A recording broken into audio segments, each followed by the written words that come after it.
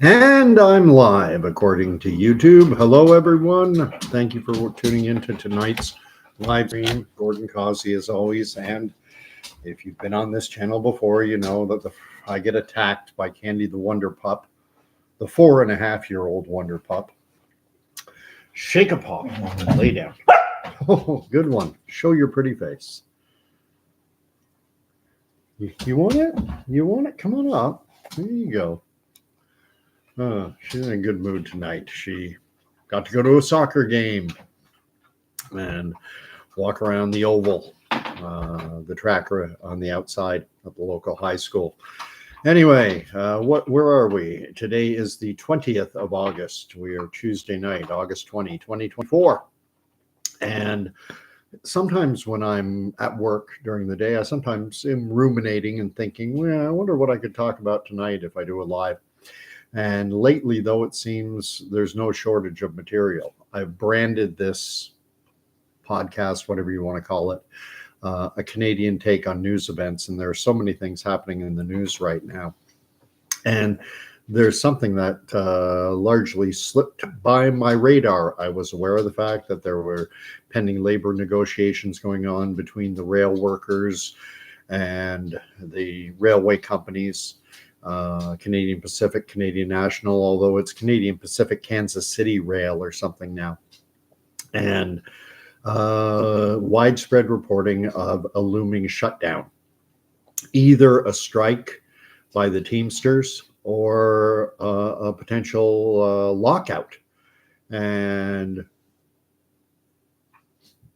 I'm an unacceptor. I'm a fringe Canadian with unacceptable views. And, as I said in my last video and a few other times, I'm the living embodiment of cancel culture. White, male, Christian, straight, I tick all the boxes. And, I delve into conspiracy theories. I'm going to get into that tonight. But one of the things that's being reported that a rail strike could impact is meat. And it's just reminding me, getting that and a feeling of deja vu, already seen this in the early stages of COVID before lockdown started. Many people were anticipating that there could be supply shortages. We were seeing lockdown type measures in Italy and China, and people got nervous, and there was a run on toilet paper. You probably remember that. And I certainly do. And toilet paper, you couldn't find it anywhere. And now I'm wondering if that same dynamic is going to play out here. And it also plays into what I have forecast, what I see coming, kind of a convergence of storm clouds. And I see the population in Canada, the US, the Western world, us being hit on so many fronts that it overwhelms our system, that it overwhelms people's capacity for critical thinking. And anyway, I'm going to go right to the news article that I want to share. And this is CTV, so it's as mainstream as you can get. If you're not Canadian, CTV is one of our big three media outlets. CTV, and Global in no particular order. And I consider that one to be just as prone to fake news as any of the others. And I'm going to exemplify how CBC itself is fake news. I'm going to show two articles that they published from years ago. But anyway, here's the article. And it's from meat to car and gas shortages. Here's how rail stoppages may impact Canadians. And you see a large rail yard. And I don't think a lot of Canadians, I think there are a lot of Canadians who don't realize how interconnected our supply chains are and how vital rail is, shipment by rail. Back when I lived in Pickering growing up, I had a summer job in an industrial park in Pickering, and it was fed by rail lines, and it was a warehouse, and railway cars would come in, and then they would be unloaded The whatever was being unloaded would then be put onto pallets or skids, and then those skids would be taken and loaded onto trucks, and then from the truck would deliver it to a retail establishment or to wherever, a warehouse, a factory, whatever was being supplied. And rail is so absolutely vital to this country. It allows massive amounts of stuff to be shipped. Let's read the article. This came out today, 3:03 p.m. Eastern Daylight Time. As the clock ticks on toward a possible strike or lockout at Canada's two largest railways, Canadians are bracing for its consequences, from a hit to their pocketbooks to a potential shortage of meat, cars, and gas. Interesting that they have meat there right at the front. Canadian Pacific, Kansas City, CPKC. I wasn't even aware. I always just said CNCP. I wasn't aware that Canadian Pacific is now Canadian Pacific, Kansas City, and Canadian National, CN, are both facing the potential for an unprecedented work stoppage on Thursday if they are unable to reach deals with workers represented by the Teamsters Canada Rail Conference. As more than half of the country's exports travel by rail, carrying more than $1 billion worth of goods each day, looming labor disruption at both companies could spell trouble for Canadians. No kidding. Already, both major railways have halted shipments that need cooler temperatures, freezer cars, such as meat. A continued interruption in service will cause unprecedented damage to Canada's meat industry, according to Canadian Meat Council CEO Chris White, with some processing plants anticipating losing up to $3 million per week. That's not industry-wide, just with some meat processing plants. For Canadians, such a disruption to the meat industry could be reflected on grocery store shelves, Daniels say. And I think this is already being witnessed. I think this news is kind of gathering steam, and I think it has already impacted consumer behavior, and people are starting to load up and to fill their freezers. This is according to Daniel Say, a lawyer and business professor at Toronto Metropolitan University, that used to be called Ryerson, who is also the editor of Consumer Rights. And it quotes him as saying, "I think effects could be within a week, maybe 2 weeks," he says. "You may not see it in the pocketbook right away, but over the course of time, you're going to start seeing shortages and probably price increases. A possible work stoppage would also impact the auto industry," Say adds. I'm going to stop reading there. I don't know that I linked these in the description. I don't think I did link these. But even if I didn't, they're easily searchable. Just if you want to read the article from meat to cars and gas shortages, CTV, search it out. You can find it. So let me go back to the live stream. Let's see what's being said. I've got Betty Zoom. Good evening, Gordon. Peppers, hi. I don't know, peppers or preppers. What are you saying? Because that's kind of where we're getting to now. There have been a lot of people especially since COVID hit, who have started to prepare. There was a word before prepper, and I can't remember what it was. Survivalists. They used to call people survivalists back in the day, like maybe in the 80s or 90s, and then that morphed and it became preppers, people preparing.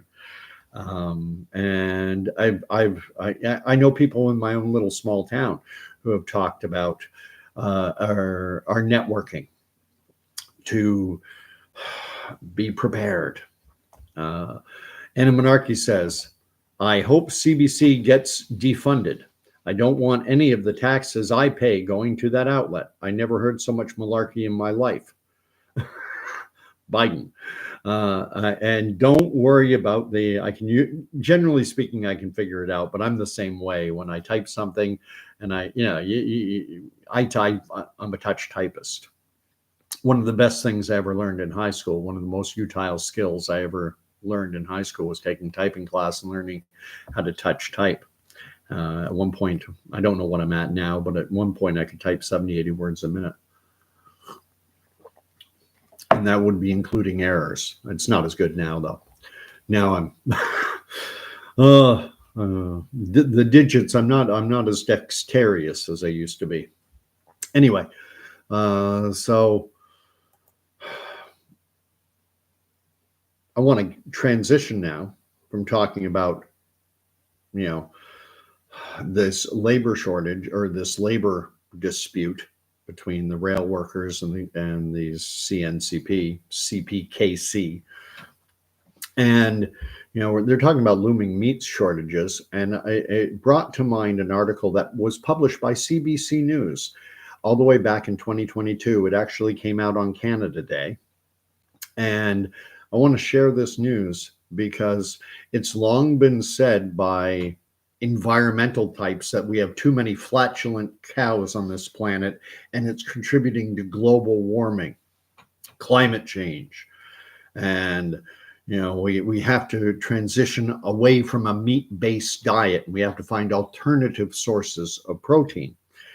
And CBC published this article.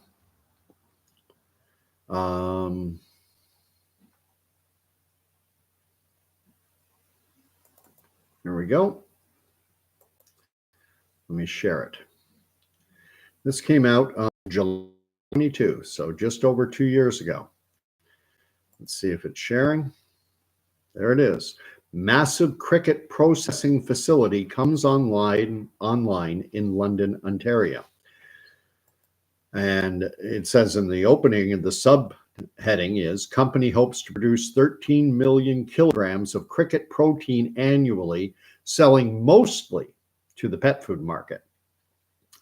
In the next few days, the first farmed insects will arrive at a new massive cricket processing plant facility in London, Ontario. At full capacity, Aspire Group's facility is expected to house 4 billion crickets and produce 13 million kilograms of the insect each year at what's believed to be the biggest cricket-specific processing facility in the world. This week, the federal government announced it was investing $8.5 million into Aspire's London facility. Our own government is financing cricket protein. The plant comes with lofty goals.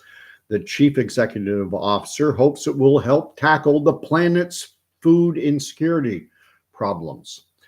Crickets have this incredible ability to convert what they eat into protein biomass, said Mohammed Ashur, co-founder of Aspire Food Group, who for the last 6 years has operated a research and development facility in Austin, Texas. Crickets can produce a protein much more efficiently and with a fraction of the amount of food, water, and land needed by other protein sources, Ashur said. Most of what the plant in London will produce will feed the pet food market, he said. And he goes on to say, pets consume, pound for pound, more meat than their owners, he said. That's because every single meal of every single day consists of about 30% meat. The London facility currently employs 45 people and hopes to hire 55 more within 12 months. Ashur launched his idea to breed and farm insects for food in 2013 when he was a medical student at McGill. He grew up in Montreal and now calls London home. Along with a handful of his classmates, Ashur team won the $1 million HALT Prize, which challenges young entrepreneurs to provide a solution to some of the world's most pressing issues.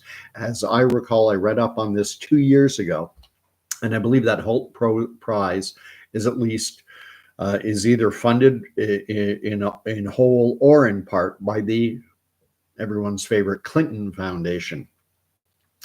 So this gentleman goes on to say, we have a massive growth in both production and appetite for protein, while at the same time we're seeing a significant reduction in arable land and resources to produce food. I'm going to challenge that statement, that we're seeing a significant reduction in arable land and resources to produce food. But before I do, he says our longer term vision is to make sure that this is a protein source that can be available and affordable to genuinely address food insecurity in many countries around the world. Are we going to be facing food insecurity in Canada? And are they going to offer this as a solution? I think it's so exciting that we are at a moment in history where we're really reevaluating our food systems in general and exploring new ways of exploring protein and more efficient ways of producing protein, said Evan Fraser, director of the Arel Food Institute at the University of Guelph in Toronto, in Ontario. Guelph is sometimes referred to as Moo U. It's big into agriculture and veterinary medicine. It's probably Canada's preeminent agricultural school. So they're quoting a director at the University of Guelph with this Arel Food Institute, this gentleman by the name of Evan Fraser, and he goes on to say, a third of the world's greenhouse gases come from food, said Fraser. Unfortunately, protein and livestock agriculture is the big player in those negative problems. Too much carbon going into the atmosphere, and it's drying out the planet, and we're not going to have enough arable land to feed cattle and to grow food. That's the story. According to Fraser, there are 1.5 billion cows on the planet.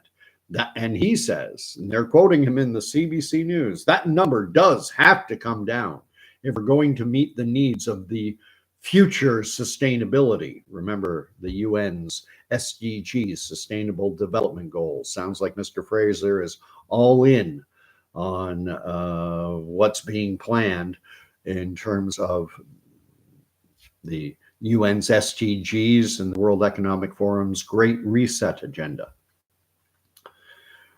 Right now, beef still provides the biggest dose of protein, said Fraser, but with more research and breeding, there's no doubt the nutritional value of crickets will soon catch up, he said.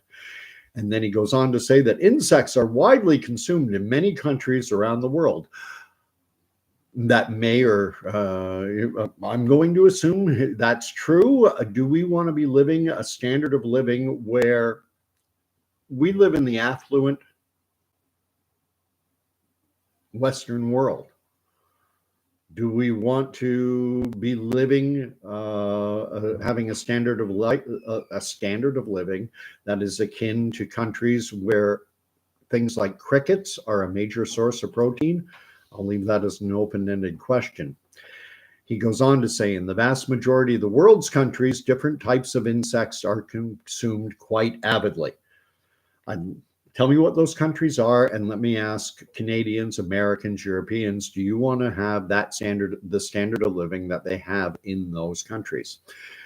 And then he goes on to say, we're simply reconnecting one of the most ancient food sources in the world to people around the world today, but in a way that is produced at a scale and at a cost and at a quality that is a lot more amendable to our current food production system. And that was written, there's the author, Ottawa, worked for CBC Radio across the Rebecca so suggesting that, quoting a University of Guelph director talking about the need to transition humanity from or at least the Western developed world to transition from meat-based, and we got to bring the world's population of cattle down. Otherwise the planet's not going to be sustainable. Let me stop sharing the article. Let's see if anyone's been writing anything while I was reading it. I have Betty Zoom saying, sorry, wished I had pen and paper. Wouldn't have so many mistakes. It's all good, everyone. It's all good. I love the interaction. This is so fantastic. I get a charge out of these. And I appreciate the fact that this is a no production value. This is bare bones, just one guy, a voice in the wilderness talking, and that there are people who are engaged and talking away. It's amazing. I appreciate it so much. It lifts me up. So I hope you appreciate the station, and I want you to know I appreciate all of you very much, even when we disagree, especially when we disagree. Otherwise, life gets boring. Betty goes on to say, there are three when I researched it 3 years ago, three cricket protein processing plants, I guess. HM is here again. Good evening to you as well and to everyone. Well, look at money spent on that barn. No kidding. Collects all the nicotine and we shall not have clean air. Worm farm. You know, the world's going crazy. Thanks for all the comments, Betty. The world is going crazy. And so we have this article, CBC News, July 1, 2022, talking about the absolute necessity of transitioning Western-based diets away from meat-based protein and onto alternative sources like insects, crickets, and how it's vital if we're going to meet the future sustainability goals as enumerated. The article didn't say, but you know, the UN has come out with 17 sustainable development goals, this laundry list, wish list with no prioritization. Just, you know, we're going to do all these things. And then a month or so later, I'm going to share another article where they refer to their first article, the one I just read, as a conspiracy theory. Watch this. And this is the same CBC. Sharing how a London, Ontario cricket plant found itself at the heart of an international conspiracy theory. And again, this is CBC News.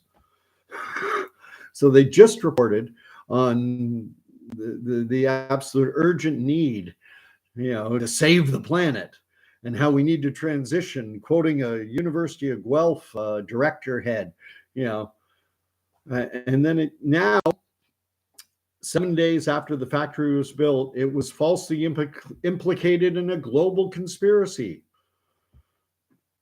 And here's what the article said. A London, Ontario cricket factory that produces insect used as pet food has found itself at the heart of a sweeping international conspiracy theory, whose purveyors claim a cabal of shadowy elites are trying to force the population to eat insects as part of a sinister totalitarian plot.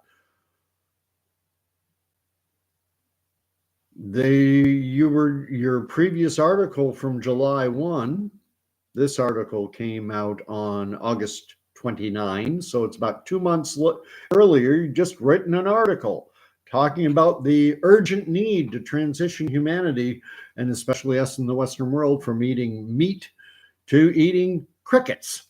And now they're calling it a sinister totalitarian plot. CBC is such garbage journalism. They don't even read their own content. The conspiracy theory has been circulating for months, amplified and published by hawkers of online misinformation in Canada. I guess that would be CBC. I guess their article was the article they published just 2 months prior is misinformation, and elsewhere in English and Chinese, often with the falsehood growing more sweeping or outrageous with each iteration. Those spreading the myth aren't just online bloggers and anonymous social media accounts. The falsehoods are also spread and tweaked by a number of political operators to suit their agenda. And again, I will say, including the CBC in their July 1 article that I just shared with you. And I just found that it just blew me away. I'll end it there. I'll end the sharing there. Let's see. Stop.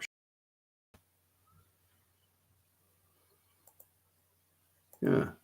So I'm back live. And this is the kind of stuff that Canadians confront in our media every day.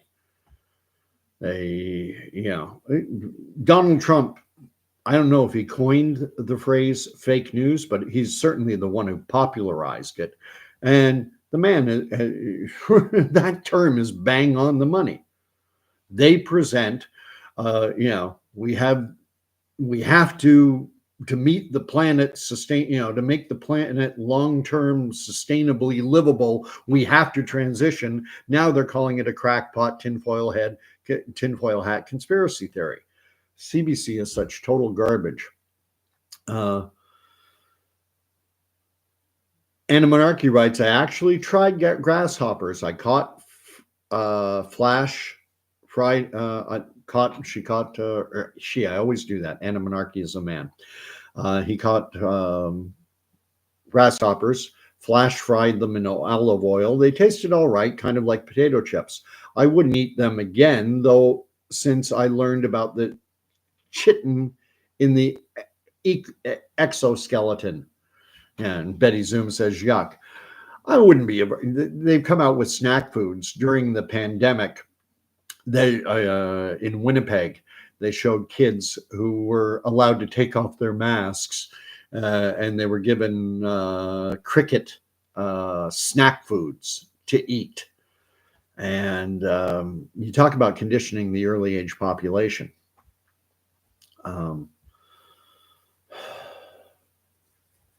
We're so disconnected from our food sources. And I've heard, and I haven't researched this at all, maybe some of you have, but apparently there may very well be insect-based proteins already in our foods already.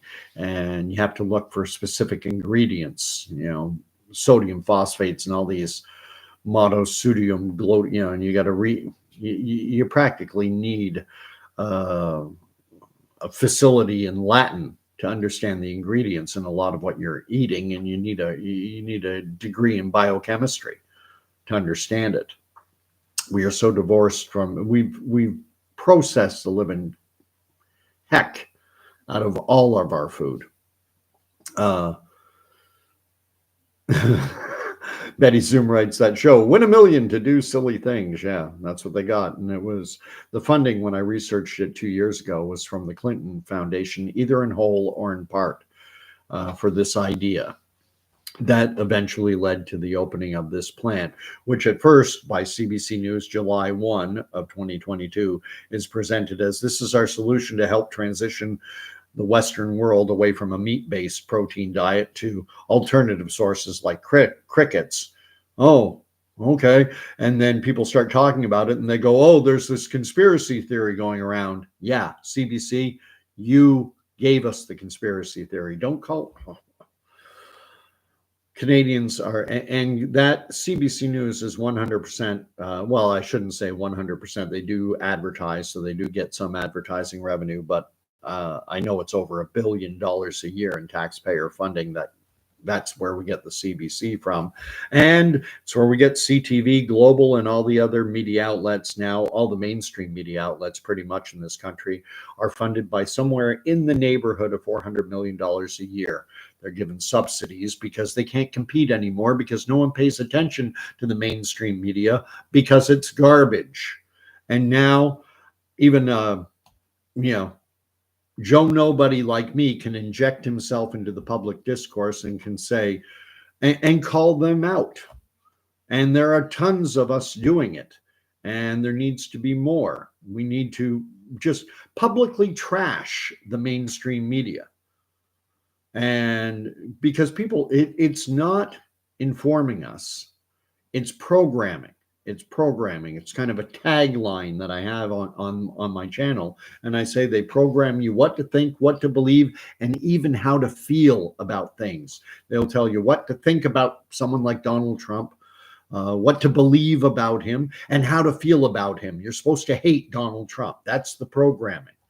You're supposed to, your programming is supposed to be all about denying a basic biological reality. And you're supposed to believe that, something as simple and as basic as gender, male, female, XXXY, that that biological reality is now passé, and that it's all based on someone's feelings. And if you're a compassionate, caring, and affirming person, well, then you'll go along with this nonsense.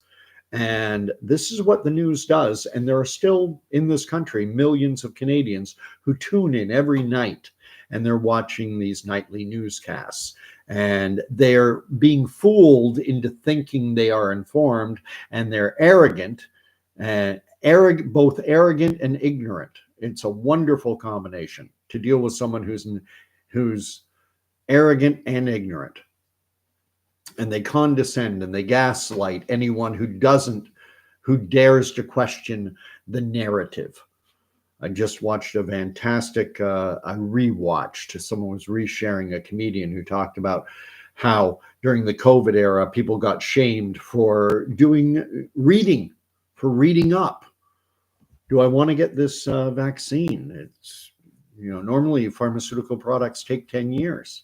And they did this in just a few short months. And this mRNA platform has never yielded an approved product for human use ever. They've been working on it for 20 years, and they couldn't get a product out of the clinical trial phase. And now they just rushed through and they got it done in a few months. Well, maybe I'll read up on this. Oh, you're going to do some reading, are you? And it's like, what?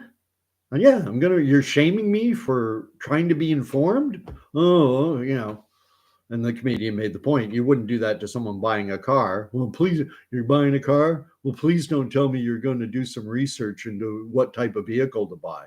Well, of course I am. How else will I know, what the best choice is for me? Oh, just listen to the salesman. He's the expert.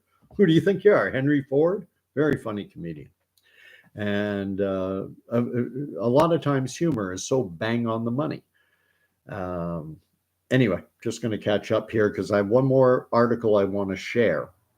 And this, the whole idea behind our need to transition is because arable land is shrinking and our population is growing. And so how are we going to feed everybody? So we have to find alternative sources, and we have to stop the farting cows because they're contributing to global warming, which is again going to further decrease the amount of arable land for things like growing food and for feeding cattle. So, but let me just catch on. Animanarchy writes, fear factor had people eating bugs and going in a tub of worms or something. Yeah, I haven't watched. I seem to recall that show, Fear Factor, but I haven't had TV. I haven't had a subscription to TV, no cable, no satellite, for over 10 years now. It's going on pretty much 2010, basically. And there was one brief period after my youngest was born when my mother-in-law came over, and we got cable for a little bit, and we kept it for a few months. But I was very happy to cut the cord. You don't need television to survive in today's world. Betty Zoom remarked, I think, commenting on what Fear Factor. Yeah, that show. Betty Zoom writes, food tastes awful. Plastic or something doesn't go to the bathroom well. No protein in our food or nutrients. Years ago, I used to go to, on occasion, out by Kitchener-Waterloo area. I think the town was called Berlin, to be, or Heidelberg. It's in and around Kitchener. There are a lot of towns named after European and a lot of times German cities. And a place called Stemler Meat, and they, range fed, no antibiotics, that kind of, and would get roasts from them, and they were fantastic. No skin in the game if you're ever down that way and you want to try them. And I'm sure there are tons of other places like that. Although they're, that's Mennonite country, Mennonite and Amish. So just reading on. Animanarchy writes, reminds me of legalese. Without a degree in law or knowledge of Greek and Latin, you're at disadvantage interpreting legal documents. That's the way industries tend to work, is they tend to invent terms to separate themselves. And it's every industry does this. The legal industry, the medical profession, even marketing, and so many domains, they create their own vocabulary because it insulates them from the great unwashed, and it puts them on a pedestal, they think. Kick the legs out of that pedestal. I hate so much of this beastly world that we live in. The Simpsons, I'm convinced that Matt Groening, It's a conspiracy theory that Matt Groening, the creator of The Simpsons, that he's like a 32nd, 33rd degree Mason, and that the reason The Simpsons is said to have predicted so many things is because he's basically reading the script of what's coming and then creating shows, predictively programming the population to accept it. And that's fair enough. But that show sometimes is just so I haven't watched it for years, but I almost, in a fashion, I mean, it came on the air when I was right around 20. I mean, that show has been on has been on TV forever. But our product is 100% guaranteed, not a guarantee. Things like that. Anna Murky writes, there's a town bordering mine called Beaton. I know where Beaton is. It literally has a butcher shop called Beaton Meats. Oh, that's horrible. That is horrible. Oh, Beat on Meats. It's pronounced Beaton, but people might read, that's horrible. Anyway, I'm going to share the last article. So the whole reason, behind CBC promoting this conspiracy theory about the UN sustainability goals and the need to transition, quoting a University of Guelph director about the urgent need to transition, is because, we're a growing population. We got this climate change thing happening, which is leading to, CO2 is decreasing the amount of arable land. But wait a minute. I had heard Jordan Peterson talking about the fact, and he was saying that green spaces were actually increasing.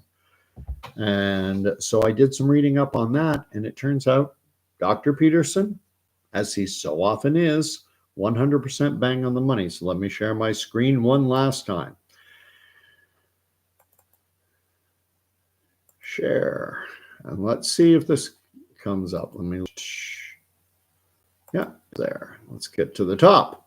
This is Yale Environment 360, published at the Yale School of the Environment, Yale University, Yale, Harvard, Cambridge, Oxford. These are, Yale is one of the preeminent university post-secondary institutions in the world.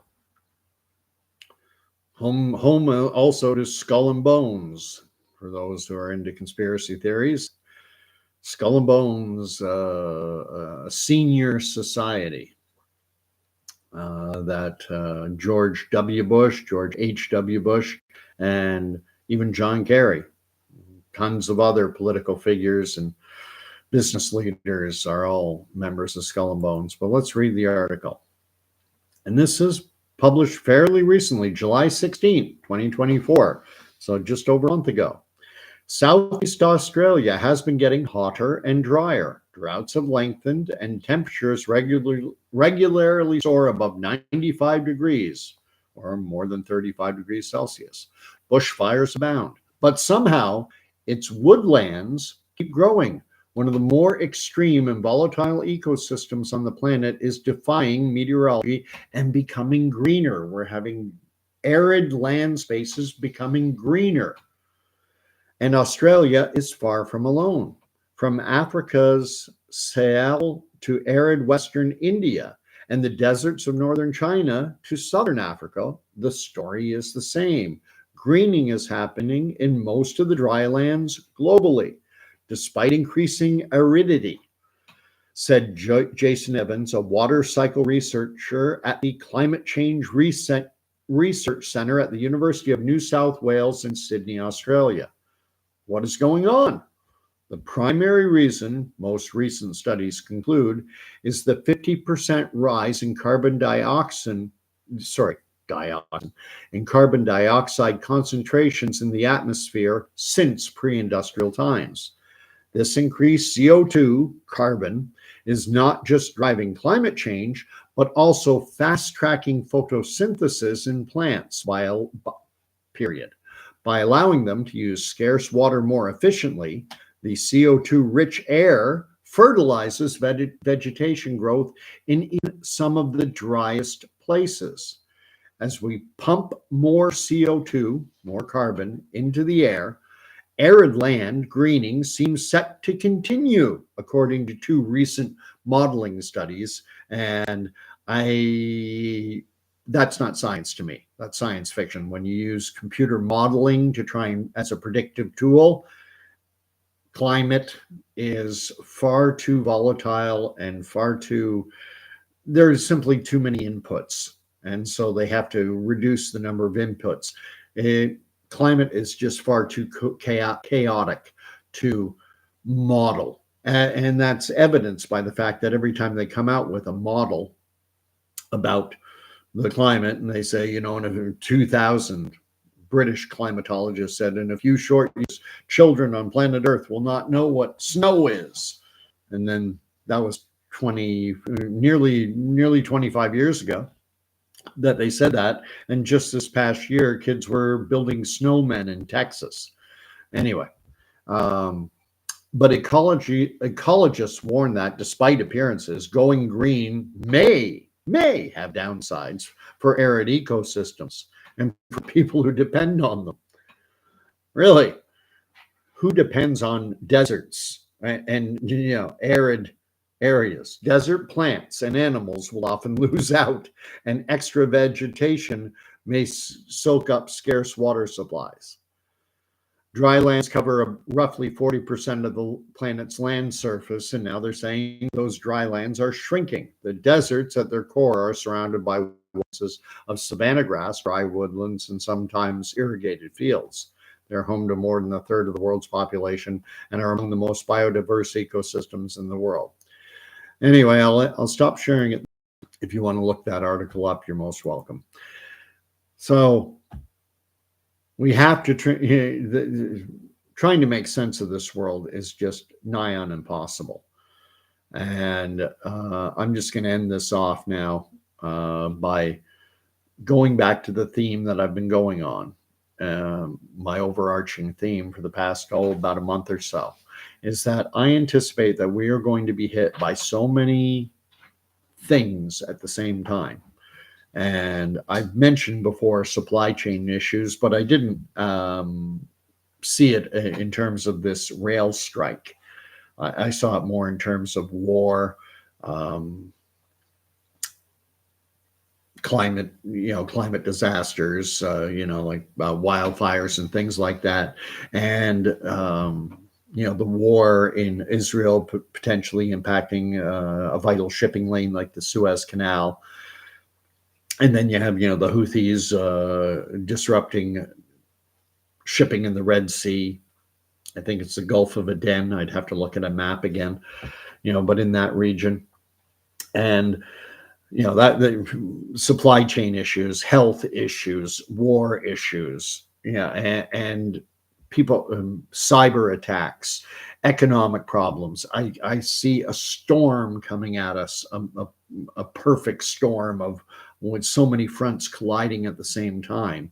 And what I anticipate will happen is that a government such as my own in Canada will say we're handing over our governance to a world body because we're facing global challenges and these challenges need a global solution.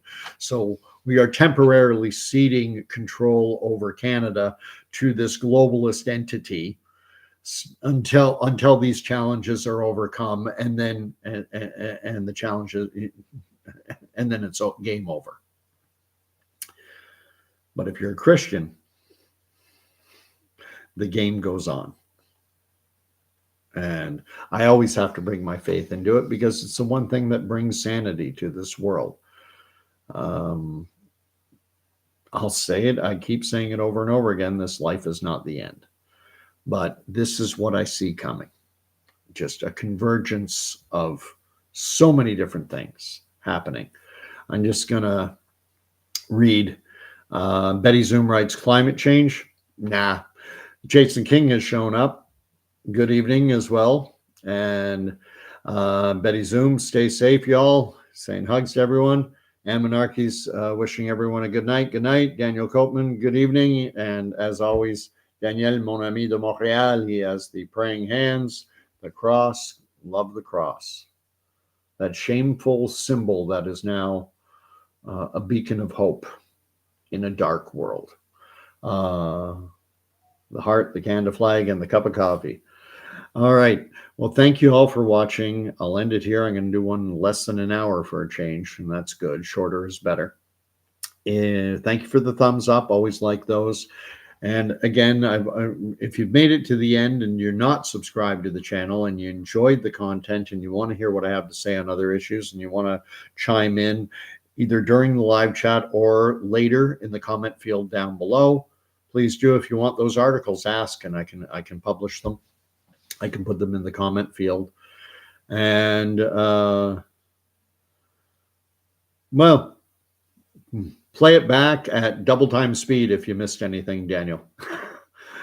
And I'll be talking a mile a minute. I'll be sounding like Ben Shapiro or Douglas Murray or someone else who goes 100 miles an hour and talks really fast.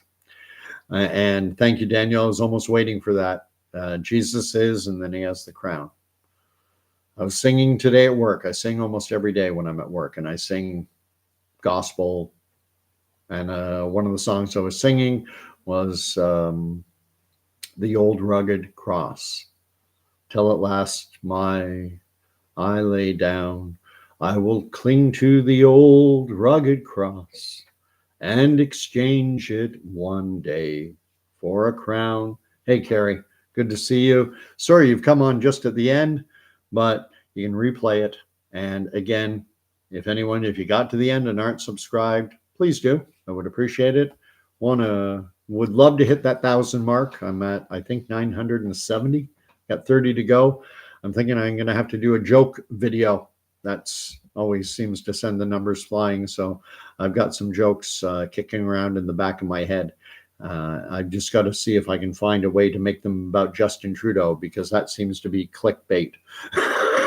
Making fun of Trudeau, which to me is incredibly low-hanging fruit. I mean, it's like tripping a lame man, making fun of Justin Trudeau. He's such an idiot. But we're stuck with him as prime minister until October, probably, of next year. God bless you too, Carrie Miller. And I'll end it that way, the way I love to end my videos. And take these words to heart, even if you're not a believer, even if you're not a Christian. May the Lord bless and keep you. May the Lord make his face to shine upon you. And may the Lord grant you, me, and everyone peace. God bless everyone. We'll talk to you tomorrow night.